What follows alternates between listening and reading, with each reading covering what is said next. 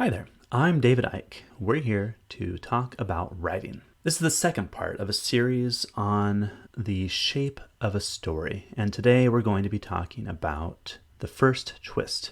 Now, I'm using a system called the 7-point plot system as a guide. It's by a fellow author named Dan Wells. We're using that as a guide. It's also kind of smushed together with a fellow named Lester Dent. He had this pulp paper master fiction plot. We're using some of that as well.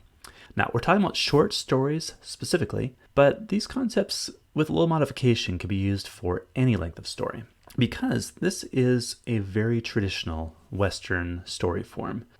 You can trace this form all the way back to Aristotle, and a fun little exercise for you if you want to.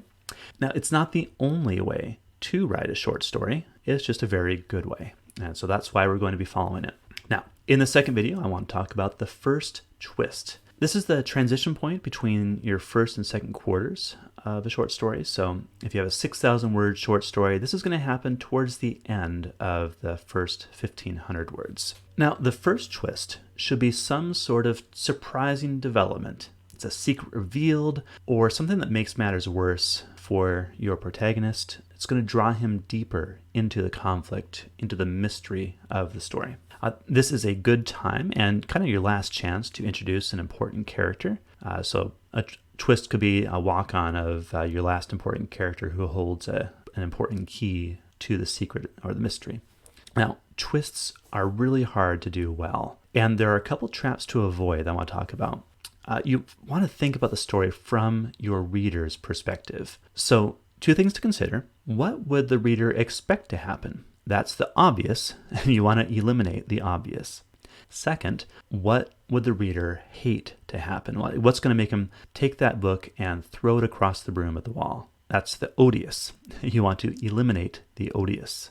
Now, once you've eliminated the obvious and the odious, you're left with just surprises that will entertain your reader. Now, the first twist doesn't need to be huge, doesn't be world-shaking, just surprising. Most importantly, it needs to follow logically from the events of the hook, and it needs to pull your protagonist deeper into the conflict. Remember, your protagonist wants something. Remember his desire. So this is going to interact somehow with that desire and pull him further into the conflict. Now, once you have your twist, you can go back to the hook and you can sprinkle in clues. Especially, you can sprinkle in some false clues that misdirect your reader. And then you want to plant some subtle but true clues. And a good place to put those is in the middle of any physical action conflict that's going on. When your reader's distracted with the excitement of it all.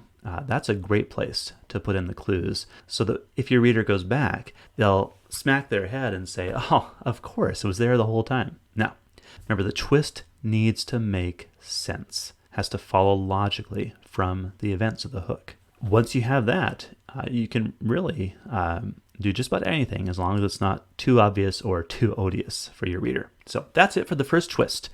If you found this helpful, please, down there, hit the thumbs up button. Let me know that you liked it. Let other folks know that you liked it too.